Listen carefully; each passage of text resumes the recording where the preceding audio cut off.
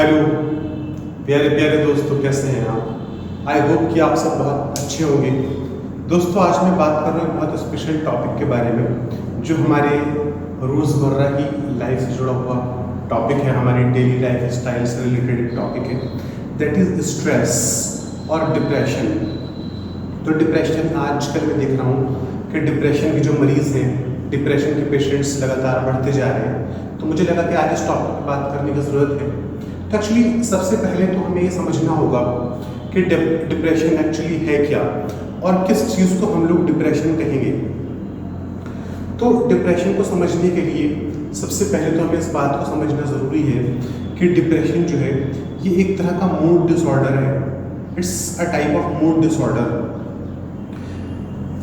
हमारा जो मूड है एक्चुअली वो हम लोग किसी समय में कैसा फील करते हैं उस बात को हमारा इंडिकेट करता है, उस बात को दर्शाता है।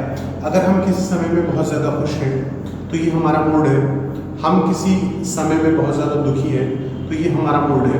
तो डिप्रेशन एक तरह का मूड डिसऑर्डर है। लेकिन क्लिनिकल डिप्रेशन की जो परिभाषा है, क्लिनिकल डिप्रेशन की जो डेफिनेशन है, that is persistent mood disorder. अगर कोई हमारा जो मूड डिसऑर्डर है वो 2 हफ्ते से ज़्यादा, 2 वीक्स से ज़्यादा बना रहता है तो that can be termed as depression, जिसको हम लोग क्लिनिकल लैंग्वेज में डिप्रेशन बोलते हैं। अब डिप्रेशन की क्या सिम्टम्स हैं या डिप्रेशन होने पे इंसान को कैसा फील होता है, इस बारे में हम लोग बात करते हैं। तो डिप्रेशन की जो फीलिंग्स है इसमें सबसे पहले आती है सैडनेस। इंसान हमेशा बहुत दुखी रहता है, इंसान का कुछ करने का मन नहीं करता। एक डिप्रेस्ड इंसान आपको हमेशा अकेले बैठा हुआ मिलेगा, किसी काम में उसका मन नहीं लगेगा और बिना किसी कारण के, अगर कोई कारण है तो ठीक है, लेकिन विदाउट एनी कॉज अगर कोई इंसान दुखी है तो हो सकता है कि वो इंसान जो है वो डिप्रेशन का शिकार हो। बहुत बड़े बड़े लोग और बहुत आइकॉनिक फिगर्स आजकल डिप्रेशन के शिकार हैं। बहुत बार ये देखा जाता है कि डिप्रेशन जो है फाइनेंशियल कंडीशंस की वजह से, फाइनेंशियल स्टेबिलिटी ना होने की वजह से कई बार हमारी लाइफ में डिप्रेशन आता है। लेकिन कई बार ये भी देखा गया है कि जो बहुत रिच फैमिलीज़ हैं उनमें भी डिप्रेशन के पेशेंट्स बहुत बढ़ रहे हैं। जैसे हनी सिंह का नाम आपने सुना होगा। तो हनी सिंह एक बहुत लंबे टाइम तक बाइपोलर डिसऑर्डर के शिकार रहे। बाइपोलर डिसऑर्डर भी एक्चुअली एक तरह का, मैं उसको कह सकता हूँ कि मेंटल एलिमेंट, या एक तरह से हम लोग इसको डिप्रेशन से जोड़ सकते हैं। बाइपोलर डिसऑर्डर में जो डिप्रेशन होता है वो एक इस तरह का डिप्रेशन होता है कि इंसान कभी तो मतलब अचानक से बहुत खुश हो जाता है और कभी अचानक से बहुत दुखी हो जाता है।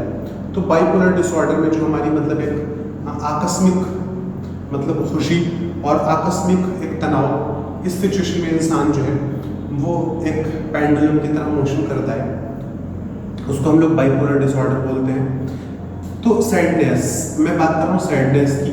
सैडनेस, इंसान अगर बिना किसी पर्पस के दुखी है तो that is termed as sadness और डिप्रेशन। इसके अलावा होपलेसनेस, कई बार इंसान को लगता है कि नहीं, अब मेरा जो जीवन है वो समाप्त हो चुका है, अब मेरी ज़िंदगी में कुछ नहीं बचा। तो ये भी एक डिप्रेशन के सिम्टम्स हैं और ऐसे इंसान को हमें क्लिनिकली ट्रीट करना बहुत ज़रूरी है। इसके अलावा हेल्पलेसनेस, अगर कोई इंसान समझता है कि मैं निस्सहाय हो चुका हूँ, अब मेरे पास करने के लिए कुछ नहीं है, कोई मेरे सपोर्ट में नहीं है, और इंसान जो है पूरी तरह अपने आप को हेल्पलेसनेस महसूस करता है, तो ये डिप्रेशन का एक बहुत बड़ा सिम्टम है और इसको हमें इस पर फोकस करना बहुत ज़रूरी है। उसके अलावा वर्थलेसनेस, अगर कोई इंसान जो है वो ये मान लेगा कि नहीं, मेरी कोई योग्यता नहीं है, मेरे अंदर कोई उपयोगिता नहीं है और मैं जो हूँ मैं बेकार हूँ, मैं मतलब किसी काम का नहीं हूँ, तो ये भी एक डिप्रेशन का बहुत बड़ा सिम्टम है। तो वर्थलेसनेस जब इंसान के अंदर आ जाती है तो उसको हमें एक किसी साइकोलॉजिस्ट के पास या किसी मेंटल थेरेपिस्ट के पास या काउंसलर के पास या किसी साइकेट्रिस्ट के पास ले जाना बहुत ज़रूरी है। इसके अलावा डिप्रेशन का एक बहुत बड़ा जो सिम्टम है दैट इज़ पर्पसलेसनेस।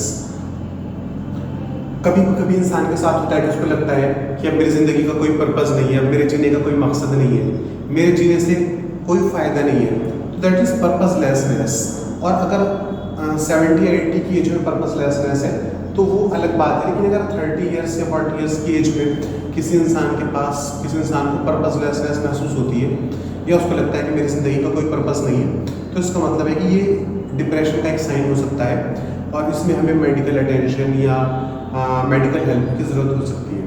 इसके अलावा एक चीज़ होती है दैट इज़ इंटरेस्टलेसनेस। अगर इंसान को कभी ऐसा होने लगे कि किसी इंसान को किसी चीज़ में बहुत ज़्यादा इंटरेस्ट था और अचानक से उसका वो इंटरेस्ट ख़त्म होने लगे, तो हो सकता है कि वो इंसान जो है वो डिप्रेशन का शिकार है। इंटरेस्ट हो सकता है किसी इंसान को बहुत नॉवेल्स में इंटरेस्ट था, मूवीज़ में इंटरेस्ट था या म्यूज़िक में इंटरेस्ट था और अचानक वो उसका इंटरेस्ट गायब हो जाए, तो it's a pure sign of depression. ये डिप्रेशन का प्योर साइन है और इस केस में हमें मेडिकल इमरजेंसी, मेडिकल हेल्प की बहुत ज़्यादा ज़रूरत है। अक्सर देखा गया है कि डिप्रेशन की वजह से आजकल जो सुसाइडल टेंडेंसीज़ हैं वो बहुत ज़्यादा बढ़ रही हैं। पेशेंट्स अक्सर सुसाइड कर लेते हैं। तो इसको रोकने के लिए हमें सबसे पहले तो डिप्रेशन के जो साइंस हैं उनको आइडेंटिफाई करना बहुत ज़रूरी है। अगर हम अर्ली स्टेज में डिप्रेशन के जो साइंस हैं उनको आइडेंटिफाई कर लेते हैं तो बहुत ज़्यादा चांसेस हैं कि जो बंदा सुसाइड करने वाला है उसको हम रोक पाएँ और उसकी ज़िंदगी को थोड़ा बेहतर बना पाएँ। कई बार due to lack of motivation हमारे अंदर डिप्रेशन क्रिएट हो जाता है, तो उसको एक अच्छे मोटिवेटर से, एक अच्छे क्लिनिकल साइकोलॉजिस्ट से या एक साइकेट्रिस्ट से उसका बहुत अच्छा इलाज हो सकता है। तो मैं ऐसे लोगों को हमेशा ये एडवाइस देता हूँ कि आपको एक क्लिनिकल साइकोलॉजिस्ट की या एक मोटिवेशनल एडवाइज़र की या एक साइकेट्रिस्ट की ज़रूरत है, तो उनसे आपकी जो समस्या है वो पूरी तरह दूर हो सकती है। Thank you so much.